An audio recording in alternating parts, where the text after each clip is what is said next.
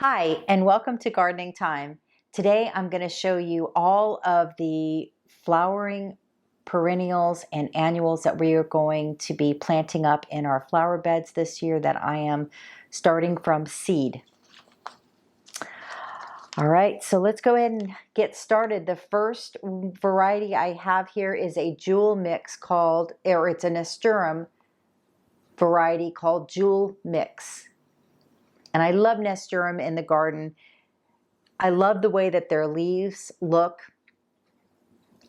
and I also love the way they taste. So these are very tasty in salads or just fresh. You can eat both the leaves and the flowers on this plant. Kind of reminds me of like a radishy type of a flavor. Very nice if you like spicy. The next variety I have is a foxglove called Elixir Mix. And this is a perennial in zones 4 to 8. And I had success with growing these last year. And so I'm growing some more of them. They are so beautiful. I love foxgloves. They remind me of a cottage. They give that cottagey vibe. The next variety I'm going to be growing this year for the first time is called Siberian Wallflower. I thought these were so beautiful and dainty looking. The small buttery color flowers are fragrant as well, and they do very good in dry, hot conditions, although they are zoned for our zone. So I thought I'd give these a shot. The next flower I'm growing is a blanket flower burgundy, or the color is burgundy. Now I grew an Indian, I think it was an Indian blanket flower last year, and I'm waiting to see if that one comes back. I'm hopeful it will. But I just thought the deep wine variety, the color was so pretty on this that I would try this one as well. Next variety we're growing is a catmint called Pink Panther. This is a perennial in zones 4 to 9. It says it's a compact and tidy Japanese catmint with showy pink blossoms, attractive to a range of pollinators. Plants reach just 12 to 20 inches tall and fit into a bed, border, mound, and containers. This bushy and colorful mounding plant is technically a perennial, but it will bloom in the first year and can be treated as an annual.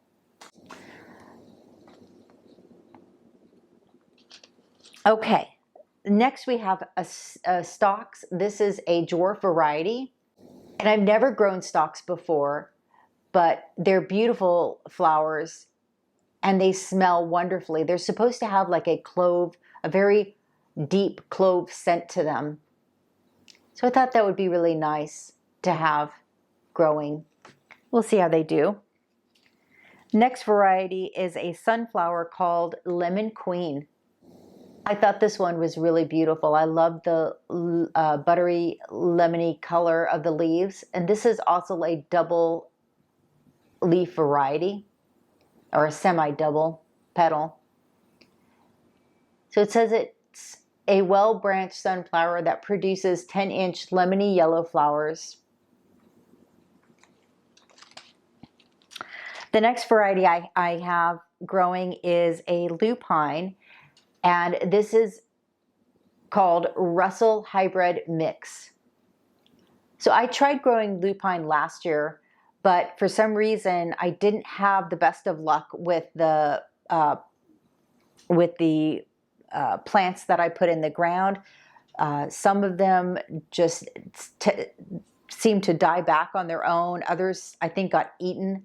And I don't know if any of them are going to come back this year or not. But I'd really love to have lupine growing in my garden somewhere. I think it's a beautiful plant. Even the leaves, I think, are beautiful. So I'm giving this one another go.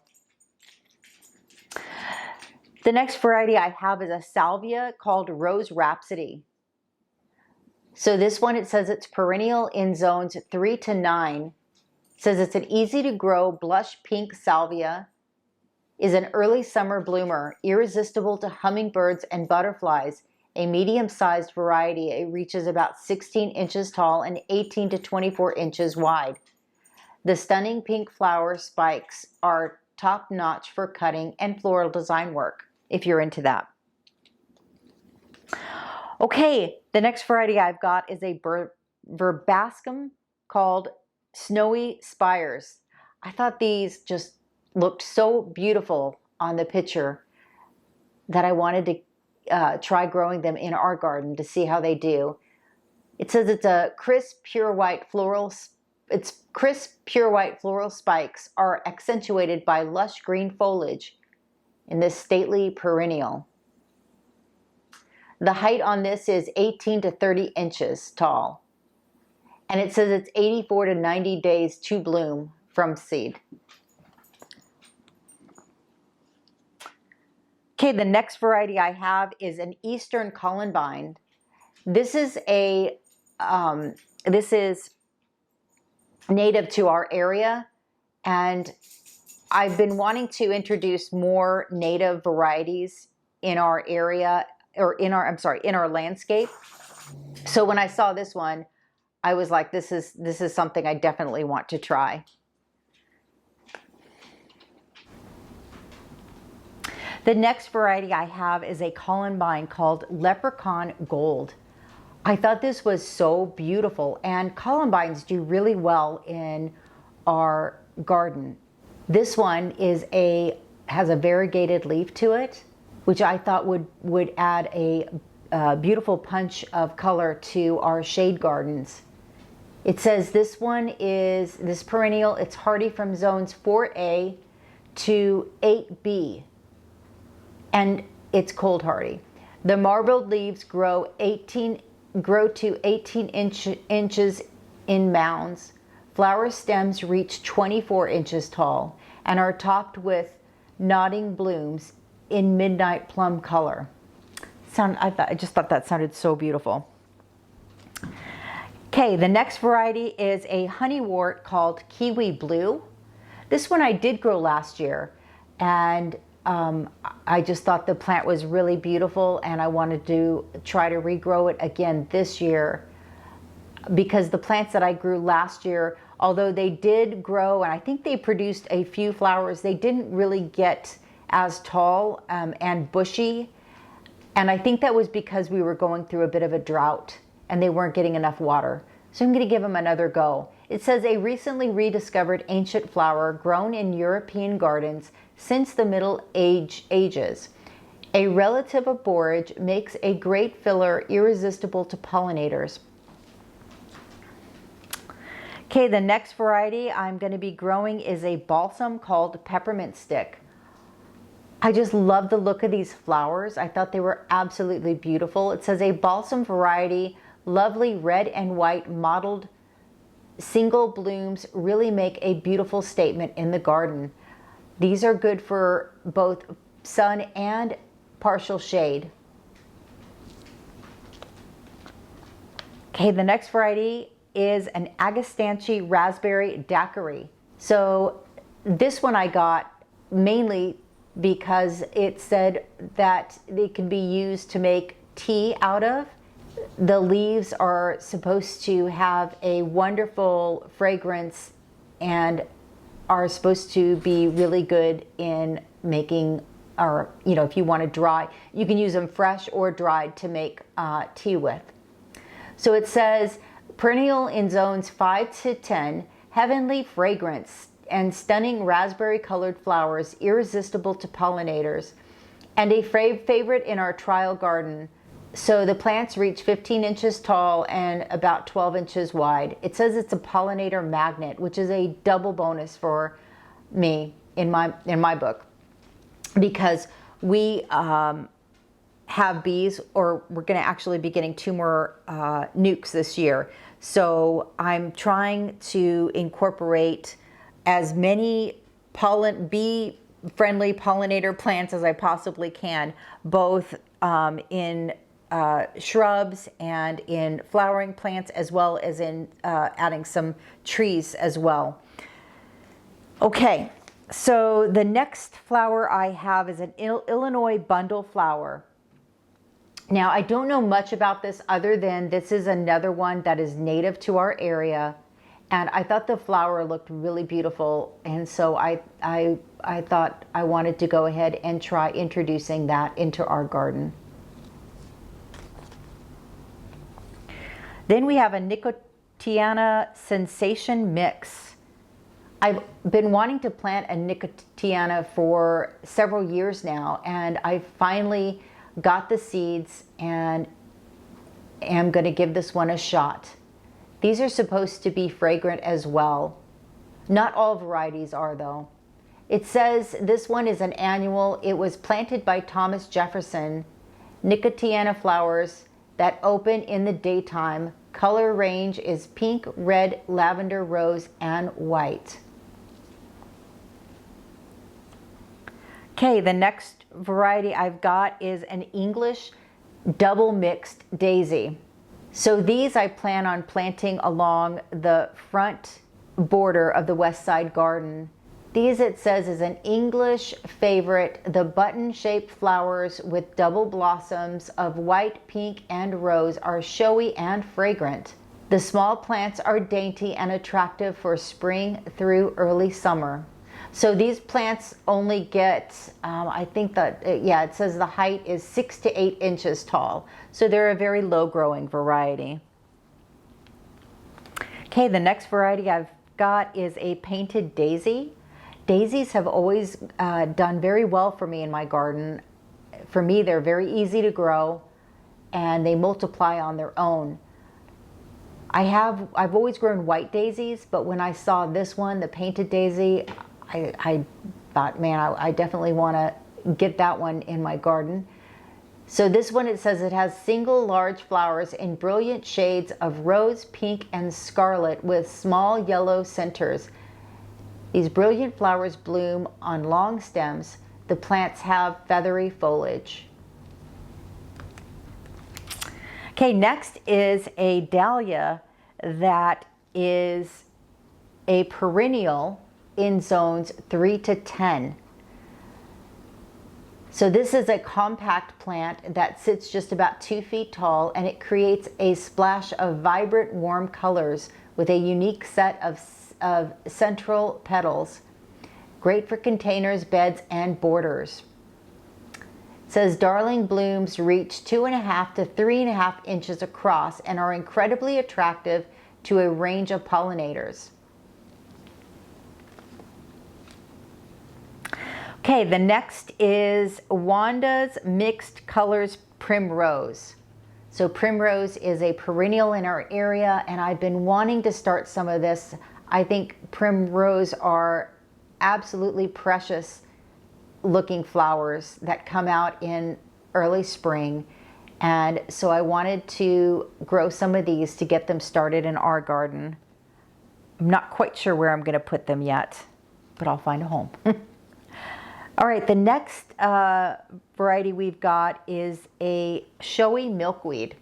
So I tried growing this last year, and the ones that I put in the ground, I think some got eaten, some got stepped on, some just seemed to shrivel up and die back for whatever reason. So I don't know if I'm going to have any that come back again this year, and I really want to get some milkweed growing in our garden for the monarch butterflies mainly.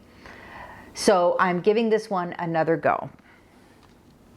Okay, the next variety is a carnation called Chandra Ball Giant Mixed Color.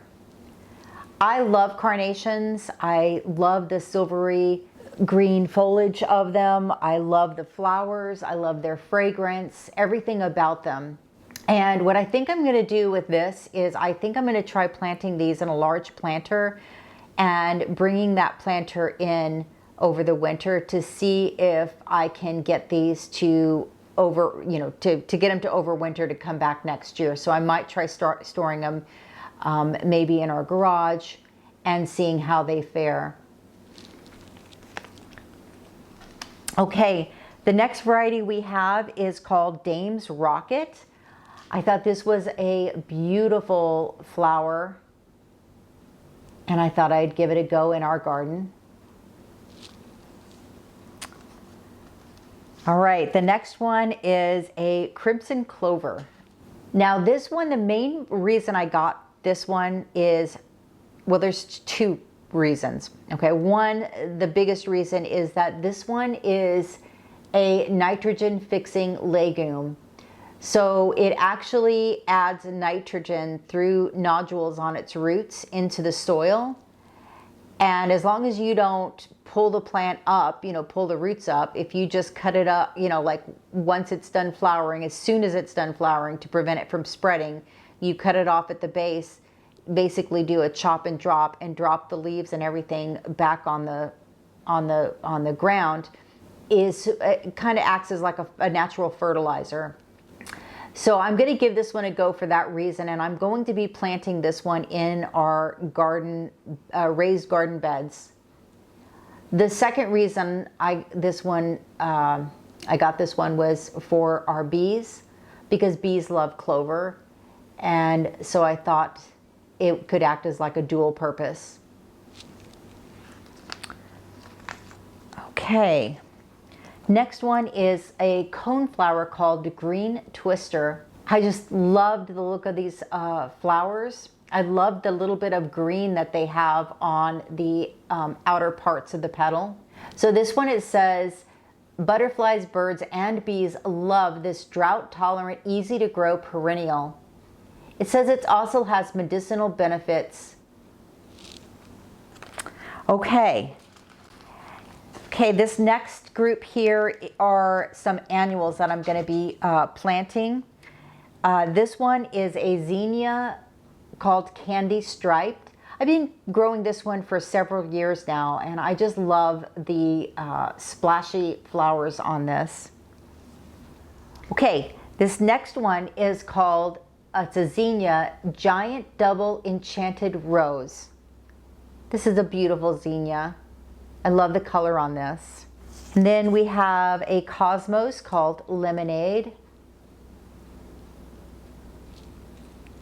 And we have some more cosmos. This is the seashell mixture. I love the cup shape of these leaves. And then we have Cosmos Daydream, another beautiful flower. And then we just have the more standard Sensation Mix Cosmos. Then we have a zinnia Giant Double Violet Queen, another beauty. And then we've got our Queen Lime Blush series. I have the Queen Lime series of zinnias. Okay, this one is the Queen Lime Blush. And then we have Queen Lime Orange. And then I have Queen Lime Red. I love this variety, the Queen Lime variety. They are so beautiful, so classic, gorgeous in arrangements, just a beautiful mix. Okay, this next one, first time growing it, is called a Cobaea Scandens. I don't know, I'm probably butchering the name. Anyhow, it says it's a climbing vine covered with large purple bell-shaped blooms. It can be very decorative. It can be a very decorative screen along a wall, fence, or trellis. Lush green foliage, easy to grow. Thought that sounded pretty cool, so we're going to give that one a shot. And then last but not least, we have Larkspur. So this is the Giant Imperial Mix. It says majestic tall stems dazzle with eye-catching beauty. Airy spikes feature dozens of large flowers in a soft mix of pinks, roses, purples, and whites. I just thought that sounded so beautiful. So we're going to give that a shot. Okay, guys, that is it. That's what we've got growing, or that's what we're going to be growing out in our garden this year. Thank you guys so much for tuning in. Hope you guys are having a wonderful, blessed day, and we'll see you guys next time. Take care.